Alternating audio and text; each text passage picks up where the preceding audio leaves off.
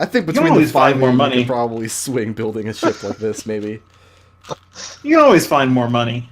I That's think you've true. forgotten how much the bracer of Mahogany speaking cost. It was pretty expensive. Listen, we just find money, and then money leaves, and we don't question it. Exactly. When we need Speak for money, it's yourself. there. That is very much the water Genasi ciphers outlook on money. It flows. It ebbs and it flows. My second favorite thing about this ship is the in parentheses next to cargo deck, it says place for complaining big people. That is pretty good. Because presumably the rest of the ship is only Gnomish sized. He does not welcome you into his house for overnight. He tells you the woods are safe. The weather will be clear this evening. He's not welcome to my house. Well, he doesn't- 200 gold. He doesn't have 200 gold anyway. Okay. What do you guys do out in the woods that night? Anybody get up in any trouble? Riot asks Mahogany if he wants to have a party. And Mahogany says, is it a once-in-a-lifetime exclusive party? Yeah, Do we get to kill Kelian? we can kill something that looks exactly like him. It's just not the same.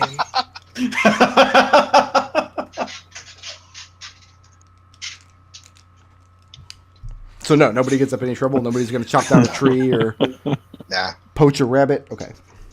I mean, you can kill me, but it's on you guys to fork over the money for the diamond, so... Don't worry, there's a lot of money in the rat hole. So I've been told, yeah. Always money. Always There's money in the always rat hole. money in the rat hole. The next evening, when Julnabob comes out to retrieve you, he tells you that he's recently contacted the current captain of the vessel, and that it has recently suffered an attack from an illithid ship.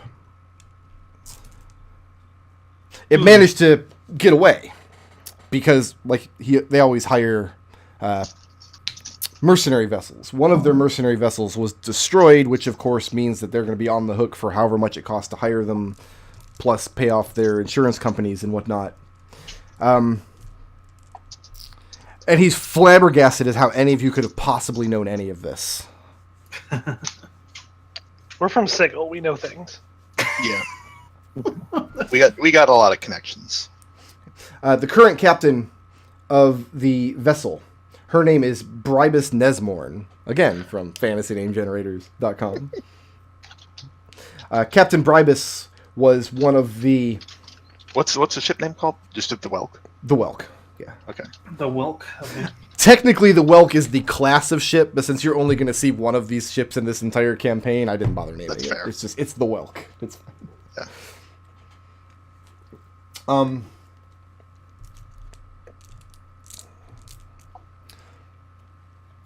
They managed to escape the vessel of this attack, and Captain Bribus gave Julnabap a task.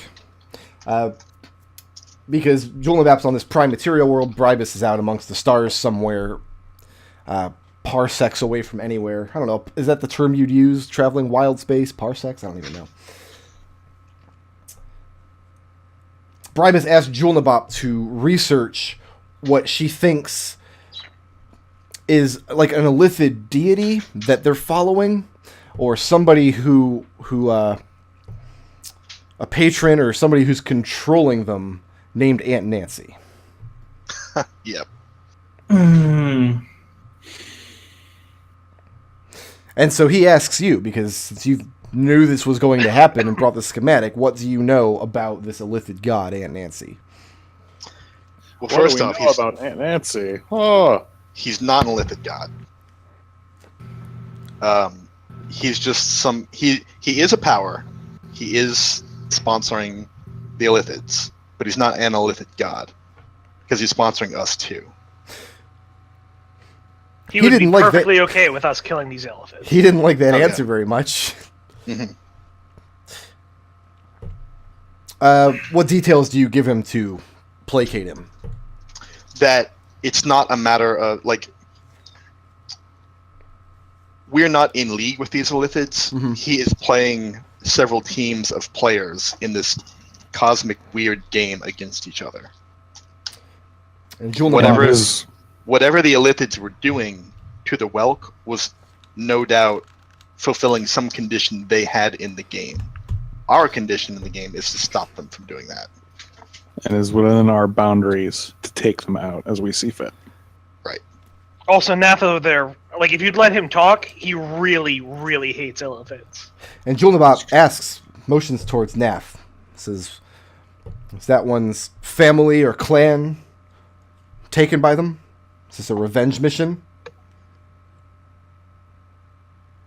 Well, I'll ask Nath. Nath, he wants to know if your family was killed by Illithids. Just nod or shake your head.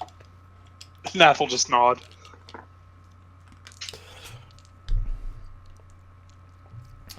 I've cast tongues today, but it's still... He would understand me, but it would still sound like gibberish, so I'm not casting it. I'm not speaking. I've cast it to understand him at this point. Oh, okay. Gotcha. He asks what resources you have available to reach this Illithid vessel. The Gith over there can cast plane shift. We can cross planes fairly easily. If you have some kind of... How's that work, Nath? You need, I guess... You need a tuning fork. He'll tap one of the tuning forks, he'll pull it out of his spell component pouch. Plane shift is easy. That's one of the spells I can cast. Right, Nath? Super easy spell? Just sort of... He kind of gives you just this look of... How does plane shift work when trying to hit a moving target?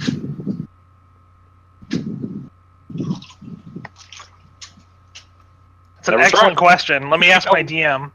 We don't know. Do you need to forge a tuning fork that itself changes shape over time? My read of the spell is that plane shift can't be used to hit a moving target. Not a conventional moving target like a boat. Oh, you mean within the plane? Yeah, no, it only targets locations. Yeah. Like, I would allow it to reach, like, a moving, like, city in Limbo or a that's what I plane was of air, thinking, but yeah, like not the city a of Dis. boat. Yeah, Yeah. the city in the the city, Especially the not a crawling boat city. We don't even know the name of just the class. Who amongst you has experience fighting Illithids? Look at Nath. Yeah, we all look at Nath. Yeah. And then, I like, met one once. Nath raises his hand. Oh yeah. So what is Nath's personal experience fighting Illithids?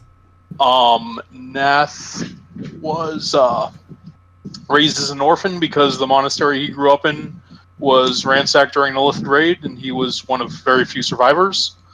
He was raised in a different monastery, and when he first joined the Hardheads, it was because he was a member of a Rakma, which is a Githzerai strike team that goes out to kill Illithids, and that went entirely wrong. And Harmonium Patrol actually saved them at that point.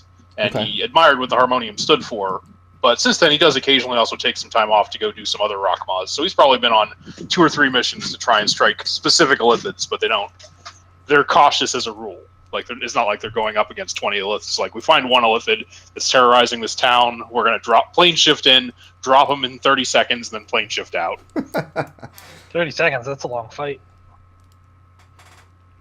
And he seems both convinced and impressed at Nath's explanation. He says he's going to need another night to confer again with Captain Bribus. And he'll Yeah, come that back. sending spell's a bitch, huh? He's just yelling really loud. You hear him at night going up to the, "Hey, Captain, are you there?" So after another night of camping in the woods, the next day when Jewel Nabob comes out, and when he emerges from his hut, comes out to your campsite, he brings you freshly made breakfast and cool water from his spring, and He's sharing the bounty of what he has on his land. Liberation gladly accepts.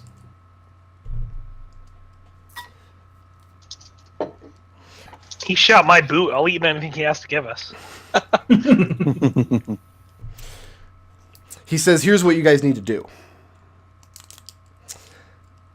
Captain Bribus is willing to help you find this illithid vessel, but she's not willing to put her people in danger fighting it. Mhm. They have powerful illusion magics at their control, and illithids are not very good at detecting magic. What they don't have is any form of psionic cloaking. If they find the vessel, getting from one ship to another would be as easy as teleporting across. However, to make this worth Bribus's while, she'll be coming here with an empty hull. And she wants to fill it up with goods from the city. Okay. If you guys have a plan to strike that ship, she'll get you within striking distance. Provided you can fill her deck with enough cargo to make the trip worthwhile. Enough cargo from the city or from the illithid ship? Whatever you can get your hands on from this world. Okay. Julnabop suggests heavy goods of dwarven make. There are not many dwarves out amongst the stars, especially if you can get your hands on gunpowder. What's gunpowder? Flammable black powder, and he describes it. And he describes the kinds of weapons that fire it. He asks if you want a demonstration. Yeah, hell yeah.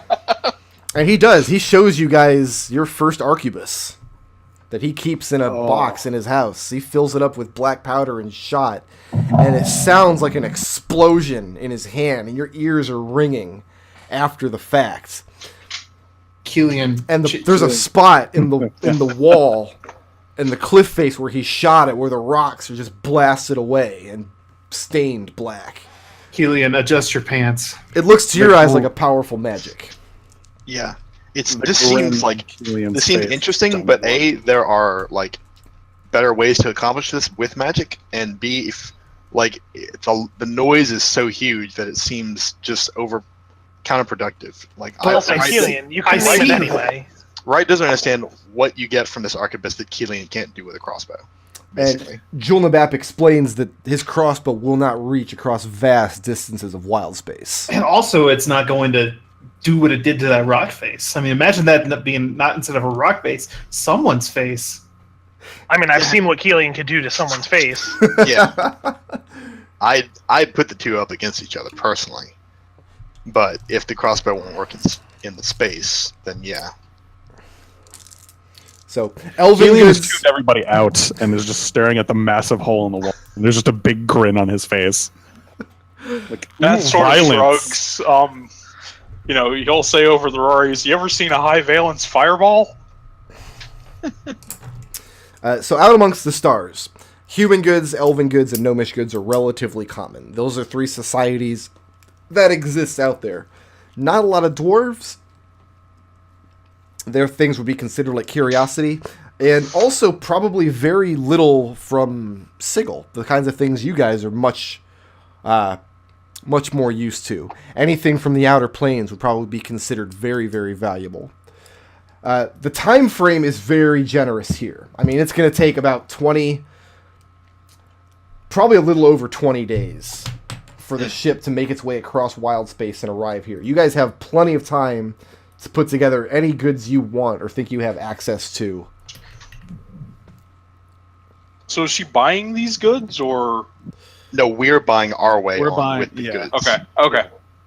This is stuff that she'll take back to her trade ports and things and sell. It's just coming all this way out is it's far away from their trading routes and whatnot. She wants to see these illithids dead as much as you guys do, but she still needs to turn a penny. Right. Riot's plan is, because Riot is pretty fond of Kakina, is to get Kakina in on this because she's a thief, and if we're going to be doing some large-scale thievery, we may as well get her on board. Mahogany, how much can I bring through a tree? Like, Through how a much can I tree? physically carry? If you let us go through a tree, how much can I carry with me? As much as you can carry. Okay. So talking to Kakina, I had a really dumb thought. let's hear that What was before. Yeah. What do you think the river Styx would do to an Illithid? It's messed up. Huh. I mean, I like that idea, though. first of all, it would erase their memory. Right. Um, And if they have no memory, just how powerful are they? Well, I mean, they still got their They abilities. still have and whatnot. instinct. They still have instinct. they won't lose like their psionic abilities or anything like that. But they'll If there's casters, they'd probably forget the knowledge of their spells for sure. actually. I'll let Nath Yeah. Mhm. make me intelligence, either history or arcana, or if you have plan or knowledge for one of the lower planes, I'll let you pick. Arcana. Okay, 27. 27. You know the properties of the river Styx. I mean, you know it well enough to stay the hell away from it.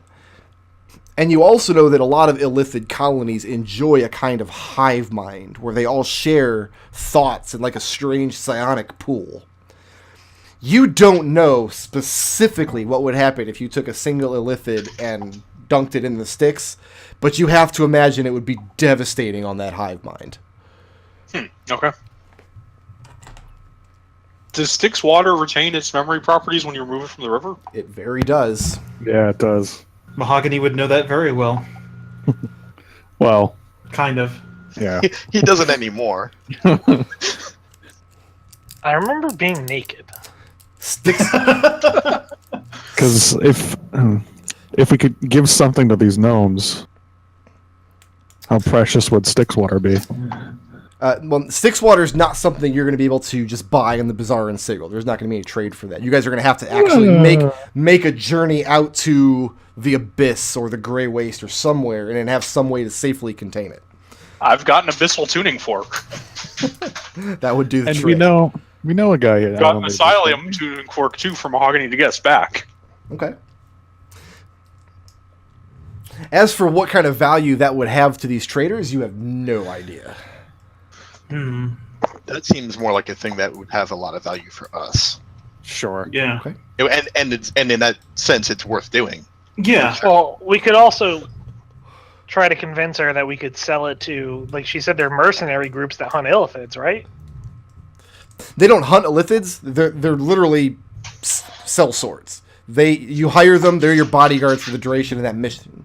Next mission, it might be the Illithids that hire them. There are Illithid hunters out there, but that's not who these gnomes are. These gnomes are traders. Okay. I mean, right now you guys I are mean, the Illithid hunters. All of this is just pointless because, I mean, they're primes. We just go to Marketplace and pick up a few things for a copper. Well, they specifically requested dwarven goods. Like, I don't Do we know still any have dwarf- that one guy's dwarven stuff? Or did we return it? Which guy? Do we ever return anything? I mean, the main thing I might remind you is we're trying to fill up the cargo hold of a ship. I think mass. Yeah. Yeah, but it's, Yeah, but it's it's a not a gnomish very, ship. it's not a very big ship. I mean, you can look Okay. here. A few crates here and there.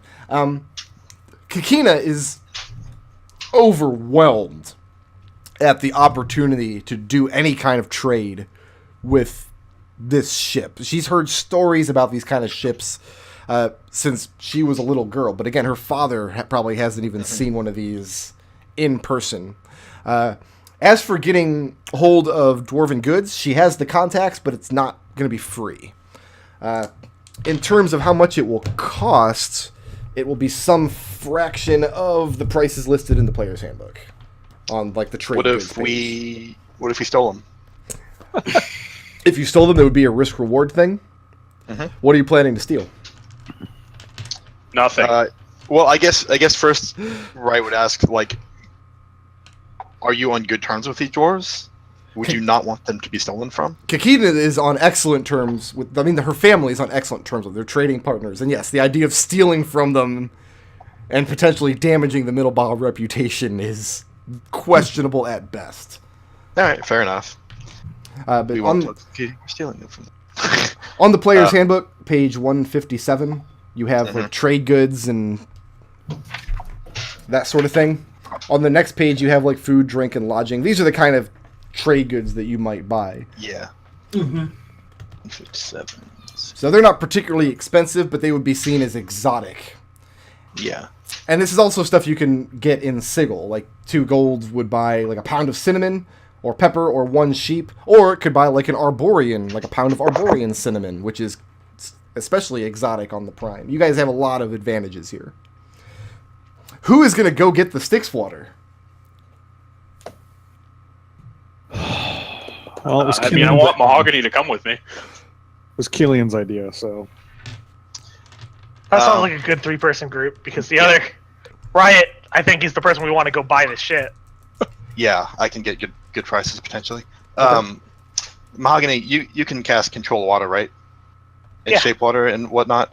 I would suggest using that than like doing it near with your hands or skin. So I think I did that last time. Okay. So we'll need some barrels, obviously. And I want something a little tighter than a barrel. Mahogany, If you seal them with tar, they should be fairly tight.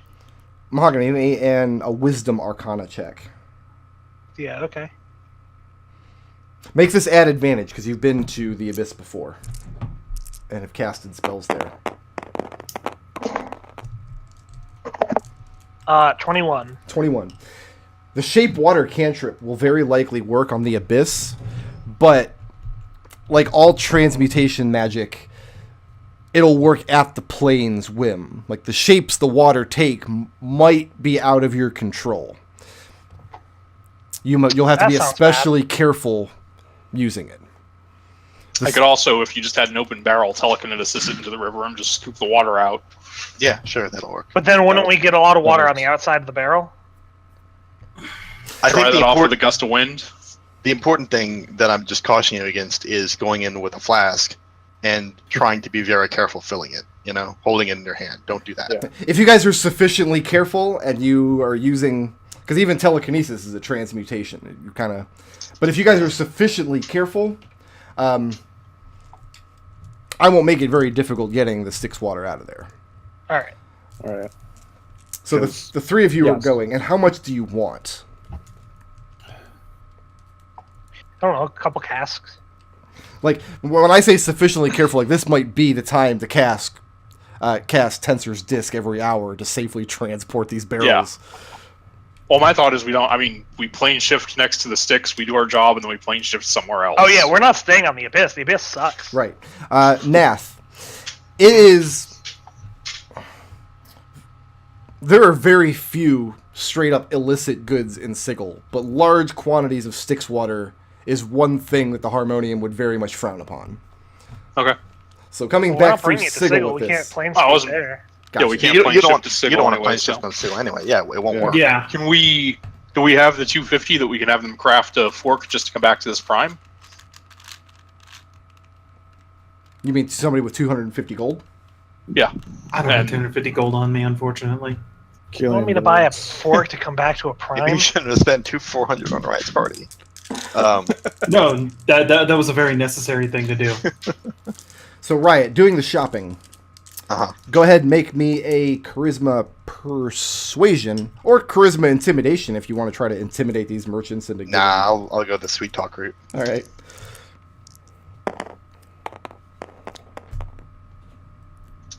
Okay, so that works out to a 28. Okay. So go ahead and just make a rough list. I mean, you could just eyeball it. We're not going to be fast. Yeah, I'm looking at the page. I'm just trying to decide what I want here. Just kind of eyeball how much it's going to cost. Make a note of like how much of it is dwarven goods from the Prime, how much of it is from Sigil or the Outer Plains, and go ahead and deduct 10% of whatever the price is. Okay. Passing your check. All right, yeah. I'll buy this stupid tuning fork to get us back to the prime. Kelian, Yes, sir. at some point during this time period, during this 20 days, you owe Lady Ligris 500 gold. In fact, that's about 4 days from now. It's something you're going to have to take care of in the short term. Yeah, she can have her damn gold. Can I give her 50,000 copper instead? Make a wisdom check. I mean, I know she's gonna hate it. Yeah. Yeah, she would consider that to be a grievous insult.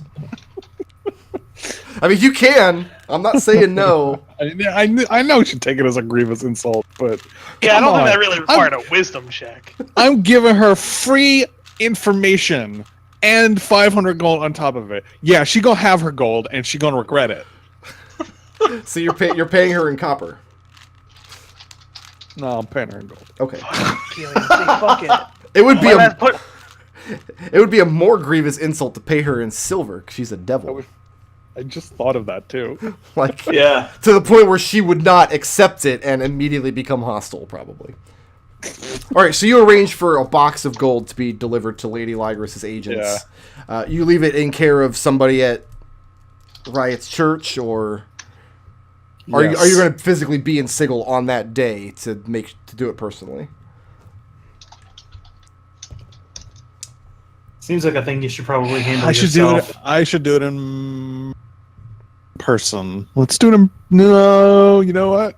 I have better shit to deal with right now. I'm Okay. handling Styxwater. Gotcha. So You could try paying her in Styxwater. Maybe she'll forget about the debt. All right. it's not a bad idea. So, Kelian, you take care of your debt. Go ahead and mark off 500 gold from wherever you have it. All of the plans I had with this money are just going away. But just think, now you can talk to Mahogany whenever you want.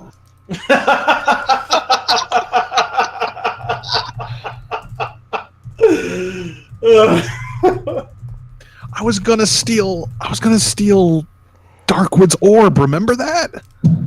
No. I don't. We might get rich off this adventure. You never know. Yeah, So this you guys- is pirates, man. Pirates gotta be holding on. To Slavers some- make a lot of some money, change. right? Yeah. So what other preparations are you making? Specifically, you were told that they'll get you close enough to the vessel that you could teleport over to it. The Illithids don't have a very good handle on arcane magic. Teleporting onto their ship might be a way to land a strike force. Well, then I should probably learn teleport. Can you learn a level 7 spell yet? Oh yeah. Okay. Scribing that would be it'd be the regular scribing price, either from the Harmonium archives or from a sage or something here on this Prime Material world. What about Hey like? guys, guess who still doesn't have any money? 7th level, 50 each. Because it's not. I read so many discussions about D&D online. I go to forums, I look at Reddit and stuff. There's nothing to spend money on at high levels. My players have thousands and thousands of gold and nothing to buy with it. It's a 300 gold piece striving cost. So who's able to help Nath learn that spell? Nath, you can take it out of my stores at the All right. rat hole. Thank you. And the last thing was mentioned was some sort of psionic defense, Yeah, something to shield. that was your... going to be Kelian's question. So what are your ideas? Nath has innate psionics, and they're entirely built around defense against psychic attacks, but can't help anyone Right. else. Riot has a question for Nath. Riot knows several spells, like detection stuff, that are blocked by a sheet of lead. Yeah, do you know if that works on Illithid's psionics? No, I've never tried it. That's a good question, though. I'm not sure I know the answer to that. I would say that any magical effect that says it's blocked by a sheet of lead, that an equivalent psionic ability would be blocked by similar. Yeah, so... Well, I mean, Riot CS, I'm out shopping. I can get some lead. We can pound it into thin sheets and kind of, like, wear it. Roll up wearing lead hats. Lead yeah, hats. literally, like, lead foil hats. Lead foil hats. Keep them out of our brains. Yeah. Okay. Stop the broadcasts. I don't actually see lead on this trade goods sheet, though. We'll treat it the price of a pound of gold, I would say. Okay. Yeah? Yeah, because it's right there on the list. It's really easily accessible. We're literally turning gold into lead. Yeah, exactly. We Not a pound of iron, because there's also a pound of iron on here. Yeah, but lead's more rare Okay. than iron. Is it? Is it not? I don't know. I'm saying I don't know it how is. lead works. None of us have ever heard of lead before. All right, I so don't know enough about lead to disprove it. are you I hiring have a to do this Go ahead. work, right? Are you hiring somebody in town or somebody in Sigil? I figure I'm going off to the dwarven places, so why don't I make my arrangements there? So you want the dwarves to do it? Yeah. Okay. Does this also fall under the 10% discount stuff? Yeah, that's fine. Okay. Yeah, I'll say that 50 gold is for the helmets, Okay. because that's a lot of money for some lead, I feel. So but that'll cover like the 5 helmets that we need. I want everybody Yeah, I to mean- write uncomfortable lead hat on your character sheet. okay. the one thing I can do is I can block their their detective magic. I can do 4 no detections, and Riot's ring should keep her safe. Oh, the ring I gave away earlier in the The session? But Yeah. Nath doesn't know that. Yeah. Womp womp womp. So after all these preparations are made, and you guys gather all these goods, it's a rather awesome experience, actually, as Julnabat leads you up a very steep path up along this cliff face that his house is buried into, up to the top where he was perched earlier with his bow. And he takes you a considerable distance through the woods up there to a very wide and large clearing. And you stand there for a few hours before you see in the sky, as dusk is taking the light from you, Liberation. You recognize it. This brilliant streak of rainbow color across the sky. Kind of like watching one of those Radiance elementals that was able to move 1,000 miles an hour. Whoa! Like an aurora lights up the woods or the sky above this wooded clearing. I have a battle map of a wooded clearing, by the way, if anybody needs. Oh, do you? Do you really? I don't think you even need to lay that out anymore. I can just like close my eyes and see it in my mind's eye at this point. Seared into the back of my eyelids. Oh my god, now I really regret not just pasting this Whelk into that battle map and loading it up. Damn it. Okay. Oh. But the ship doesn't descend out of the sky and land. You watch as it kind of materializes. The light, it gets very bright in the clearing, and the light kind of refracts and coalesces around this ship as it materializes. And the gnomes that step out onto kind of like the main outside deck here. And there are, in fact, large sails being pulled down from the mast. You barely even recognize them as gnomes. They're not dressed like the gnomes you've seen. They're a much different color in complexion and hair color. They wear their facial hair differently. They're armed with weapons that, if you squint, might be crossbows. And Julnabab speaks to them in a dialect of Gnomish that Liberation still understands because it's a spoken language, but is very distinct from what you know as Gnomish, what like the Middlebobs would speak. And he makes introductions to So weird. you and Captain Bribus. And Bribus speaks in very shaky common. That she welcomes your goods and your custom and the opportunity to see this Illithid ship destroyed. Yeah. Those goods, by the way, I've got 10 barrels of salt from Dwarven mines, 40 bolts of Bitopian wool, 30 pigs of Dwarven iron, and the 5 lead helmets. But those are ours. And barrels of Styx water. And barrels of But- Styx water. Yeah. But those are also ours. Those are Yeah. also ours. Okay. They can, if there's leftover Styx water, they can have it. The Bitopian wool is especially choice.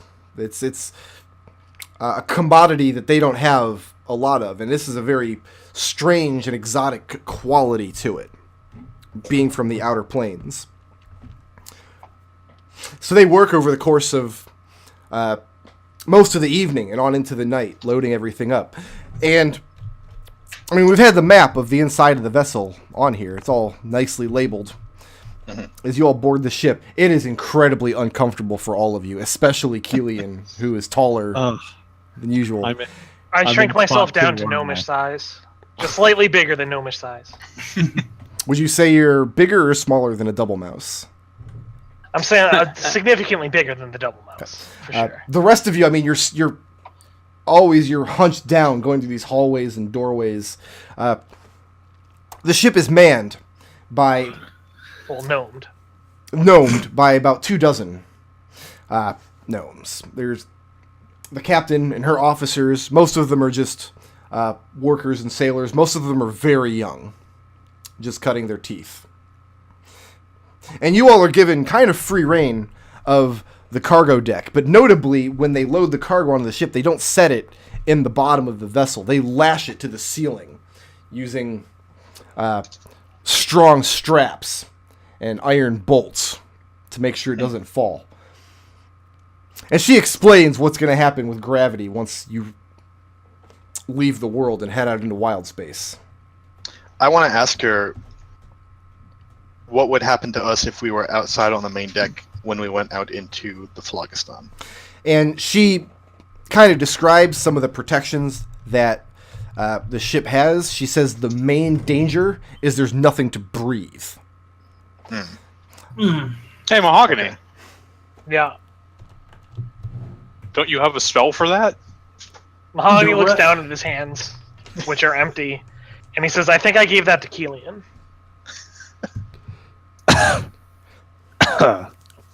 So is the next session going to be you guys dramatically trying to fight off the Agarus fungus from taking over the Whelk? No, because... No, I think I just won't go We've outside. just when we're plane out shipped the out. Phlogiston. I think we just won't go outside. Okay. What's got me really curious is this number 7 on here. Is that the Badger Den? Am I reading that This right? is the Badger Den, yes. Is that where they keep the badgers? I imagine that's where they keep the badgers. Rat? Is that like Liberation feels oddly Here's at home the with thing. Badger Den. on a spaceship? I have never actually played a Spelljammer campaign, and I've never actually read any Spelljammer books. The research I've done for this campaign, I found a website that basically just had all the artwork and schematic for vessels. And I mean, you guys have seen like the list, like the crazy nerd list of like Star Wars vessels. That's what this was. It was like 500 of them. There was entire books published of nothing but Spelljammer ships with all the stats and everything. So, But Liberation feels So quite we're at just home going with to the Badger assume that Den. there's badgers in there. So anything I'm saying about Spelljammer, I'm just improvising at this point. I don't actually know. I'm sure somebody will watch the archives later and be like, that's not how it works. But so I don't know what the Badger Den is, and I'm not going to speculate. I will let you guys decide for yourselves what you see when you open the door to the Badger Den. We're all in agreement that it's badgers, right? Yeah. It's like They're probably giant riding badgers. These are gnomes. No, Oh, well, see, it's a man. badger den. It's a place where badgers go to retire and smoke their pipe and read for the night. Captain I think I Charles even looked in there and saw a Captain. couple double badgers.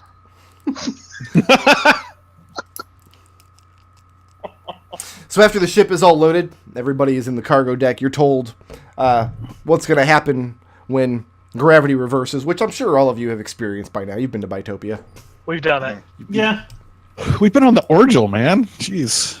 Yeah. Yeah, there was We weird, did the whole gravity thing. weird gravity stuff happening there. And it's explained that these colored paths that appear when the ship leaves the world and you head out into what they call wild space, which is just an infinite blackness. It immediately brings to mind what you think of when you think of the plane of vacuum. Just expanses of nothingness. Millions of stars off in the distance. But after a few hours of travel, they hoist the sail up, and you are immersed again in this rainbow river flood of color. And there's the sensation of the ship moving, or accelerating rather, to incredible speeds. You're told... This is a Go ahead.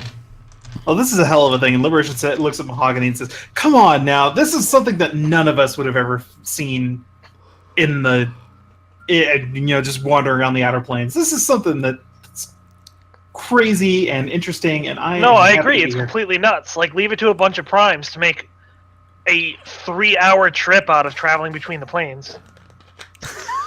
I don't know if this is actually the planes. Is the deal? No, you're still on the prime. Yeah.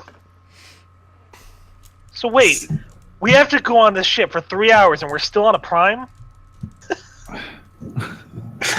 Well, technically no. From what I understood people to say, we're kind of like between primes right now. To be clear, it can take 3 hours to walk from one end of Sigil to another. Yeah. Yeah, but you're in Sigil the whole time. Yeah, Sigil's cool. It's not like this stupid Badger Den. So, just to wrap things up here, travel time is going to be considerable, but similar to being on planes that warp time, you're moving at such high speeds that time's going to be very strange when you get back to civilization. You're told by one of the captain's military officers that they've tracked this particular ship's whereabouts, and it seems like the opposite is also true. For some reason, these Illithids seem to have a vested interest in finding the Whelk itself. So their plan is to put up illusions, powerful gnomish illusion magic, to cloak the ship from their detection. Try to stay outside of what they're pretty sure is the range of psionic detection, but you'll have a visual on their ship, can teleport over and wreak whatever havoc you like. So, how far would that be, would you estimate, the range of their psionic ability? Nath, in practical terms, you would know everything in the monster manual stat block for a Mind Flayer. Okay. You have no idea what capabilities they might have for their crazy Mind Flayer spaceship. So you can speculate from there. Oh, I just lost Discord. Did my internet die? No, I'm still streaming. I'm going to try to get back in the Discord. Server is unavailable due to a temporary outage. Well, thanks, Discord. Alright, so I'm going to go into Tabletop Simulator here. And we'll type stuff out.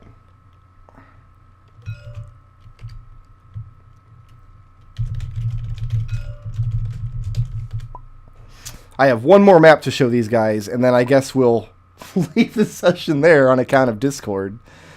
Let me pull it up. Oh, no, I have it saved in Tabletop, actually.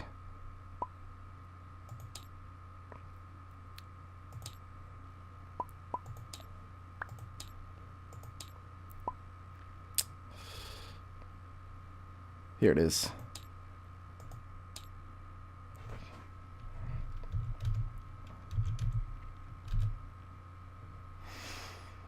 Let me see if I can get onto McDohl's Discord here.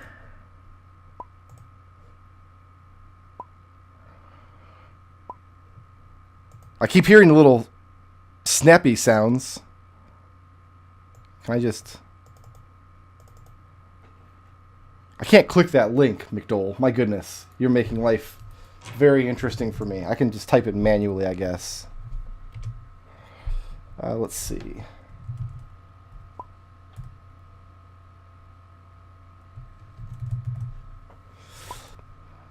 If not, we'll do our belief rundown and everything for this session, next session, and give away all the experience next session. That'd be fine with me. Join.